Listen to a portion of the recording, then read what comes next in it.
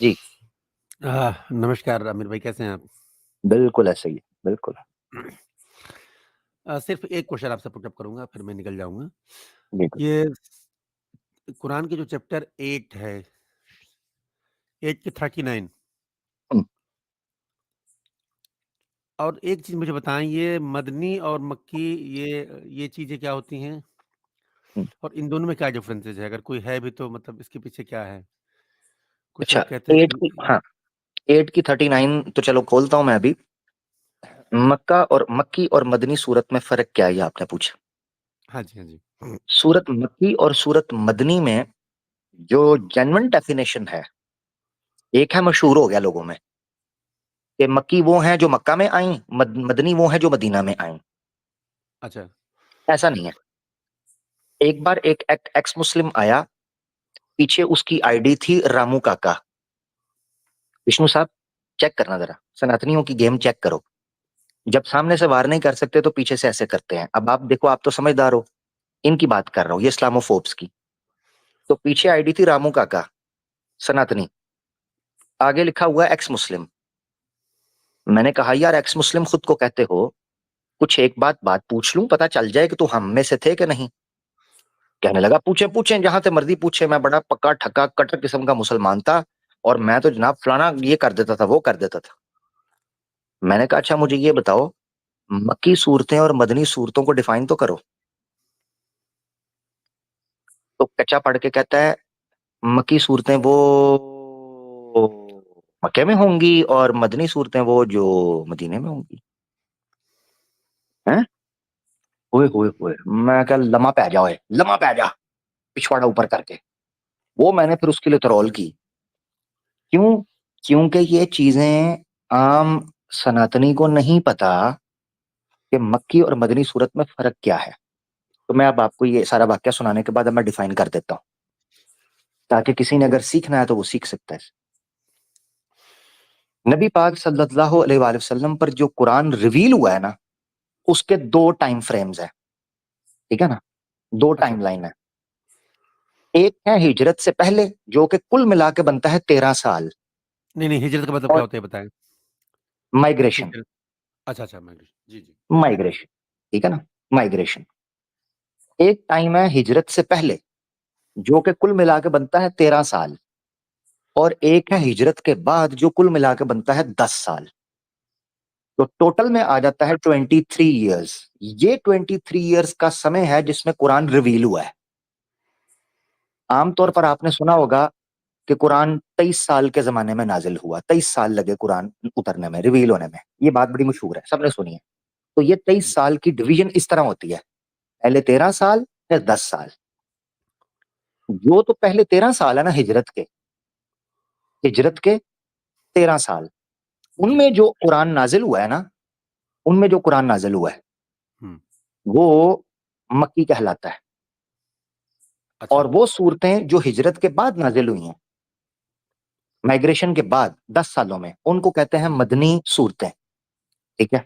अब एक तो अच्छा। फर्क है बेसिक डेफिनेशन का बाहर से, एक इनके सब्जेक्ट और टेक्स्ट के अंदर भी फर्क है। यानी फर्क से मुराद ये नहीं है कोई अंतर, कोई कॉन्ट्रडिक्शन आ जाता है, नहीं कॉन्ट्रडिक्शन नहीं।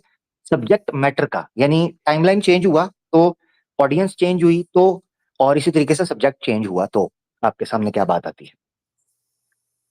तो जो 13 साल में नाजिल हुआ वो मक्की ठहरा, चाहे वो मक्का में हो, यसरब में हो, इसी तरीके से ताइफ में हो, या हबशा की हिजरत के जमाने में हो, या किसी तजारत के सफर पे हो, कहीं भी हो, उसको मक्की कह लेते हैं। और जो बाद में 10 साल में हो उसको मदनी। अब इनका इंटरनल जो स्टडी करते हुए फर्क नजर आता है वो ये आता है कि जो 13 साल का दौर है मक्की का, उसमें ज्यादातर जो सब्जेक्ट डील किए गए हैं उनका ताल्लुक है बिलीफ, अकीदे के साथ, अकायद। ठीक है? हुँ। जैसे अल्लाह ठीक को है। एक मानना, मर के जिंदा किए जाएंगे, अल्लाह के सामने जवाब देना पड़ेगा ये जीवन कैसे बिताया। ठीक है? फिर मूर्ति पूजा का खंडन मौजूद है। हुँ। इसी तरीके से माँ बाप के साथ अच्छे सलूक करो, ये तरीके से रहो। ठीक हुँ। है? बच्चों का ख्याल रखो, अच्छा झूठ ना बोलो। यानी बुनियादी, यानी स्टार्ट था तो स्टार्ट के अंदर उनको जिस तरह कहते नहीं, उनकी स्टार्ट में शिक्षा, उनकी तरबियत की, स्टार्ट में उनको अच्छा बेसिक हुँ। टीचिंग थी कि देखो एक अल्लाह की तरफ आ जाओ, मर जाओगे, उसके सामने पेश हुँ, किए जाओगे। फिर इसी तरीके से अंबिया, प्रॉफिट्स, रसूल आए हैं, ठीक है? हुँ, जिनको हुँ, तुमने अवतार समझ लिया, जिनको तुमने भगवान समझ लिया, जिनको तुमने भगवान के बेटे-बेटियाँ समझ लिया, वो बेटे-बेटियाँ नहीं थे, वो तो प्रॉफिट्स थे। इस तरह करके उस कॉन्सेप्ट को भी समझाया। फिर आता है 10 साल का अरसा। उस 10 साल में एक स्टेट हमारे हाथ में आ चुकी थी, ठीक है? हुँ, तो उस 10 साल के अंदर मुसलमानों को फिर पॉलिटिकल सिस्टम दिया गया। वो पॉलिटिकल सिस्टम की मेजॉरिटी जो है ना, वो आपको मदनी सूरतों के अंदर उन 10 सालों के अंदर दिखाई देती है। चोर का हाथ काटना है, व्यभिचार करने वाले को कोड़े मारने हैं, जो झूठ बोलेगा उसको शराब पीने वाले को कोड़े, जो पति-पत्नी होते हुए करेगा उसको रजम कर देना है। इसी तरीके से जो किसी को कत्ल करता है उसकी सज़ा, धोखा नहीं देना, ठीक है? अच्छा, अमीर की अताअत करनी है, सिस्टम को फ़ॉलो करना है। अच्छा, अगर कोई नॉन मुस्लिम आपसे भिड़ पड़े तो कैसे करना है? अगर जंग लग जाए तो कैसे लड़ना है? ठीक है? बच्चों का ख़्याल कैसे करना है? शादियाँ कैसे करनी है? तलाक कैसे होगी? डिवोर्स, बच्चे, प्रॉपर्टी, इनहेरिटेंस, ये सारी चीज़ें फिर मदनी दौर के अंदर आती हैं। क्योंकि उस बिल्कुल। वक़्त हमारे पास एक सिस्टम मौजूद था। उससे पहले हमें ये कॉम्बिनेशन समझना है। 13 साल में मैन पावर तैयार की गई है और 10 साल में उस मैन पावर से सिस्टम को इम्प्लीमेंट करवाया गया है। This is the wisdom behind मक्की और मदनी, ठीक है? ये वजह ठीक है है। कि 23 साल के दौर में विष्णु साहब, यहाँ लोग 25-25, 50-50 साल हुकूमतें करते हैं। बेसिक रिफॉर्मेशन नहीं हो पाती, बेसिक। 50-50 साल। 23 साल के दौर में जिसमें से 13 साल तो इसलिए साइड पे कर दें कि उन 13 सालों के अंदर तो अल्लाह के रसूल सल्लल्लाहु अलैहि वसल्लम को पॉलिटिकल पावर तो मिली नहीं थी। या हुँ, यूं कह लें, मिली रहने से बेहतर ये है अल्लाह के रसूल ने एक्सेप्ट ही नहीं की, क्योंकि अल्लाह के रसूल को पता था कि अभी मेरे पास मैन पावर ही वो तैयार नहीं मैंने की। वरना इब्तदाई 3 सालों के अंदर, मक्का के 3 सालों में अल्लाह के रसूल पाक सल्लल्लाहु अलैहि वसल्लम के आगे घुटने टेक कर अरब ने कहा था, ये हुकूमत ले लो, अगर तुम्हें हुकूमत चाहिए। अल्लाह के रसूल हुँ, ने कहा नहीं, दाएं में सूरज बाएं में चांद रख दो, बूट की नोक पर रखता हूं तुम्हारे बातिल और अधर्म को, तुम्हारे असत्य को। मैं नहीं मानता, कुछ भी कर लो। अब हुआ क्या, अल्लाह के रसूल ने रिजेक्ट कर दी, क्योंकि ऐसे लोग तैयार नहीं हुए थे कि जिनके बारे में ज़बाना कहता कि फ़ज़ाए बद्र पैदा कर, फरिश्ते तेरी नुसरत को उतर सकते हैं गर्दों से कतार अंदर कतार अब भी।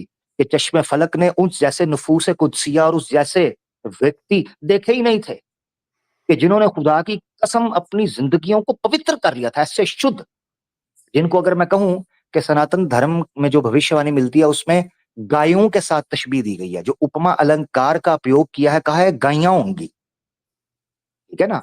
अंतिम ऋषि जो आएगा उसके साथ जो लोग होंगे ना, उसके संयोग में जो लोग होंगे वो गायों की तरह होंगे। गायें जैसे बड़ी शुद्ध होती हैं, खामोश, सीधी, सुच्ची, शुद्ध, पवित्र, कोई अधर्म नहीं, कोई झूठ नहीं, कोई ज्यादती नहीं, कोई जुल्म नहीं, सीधा चलना, ऐसे।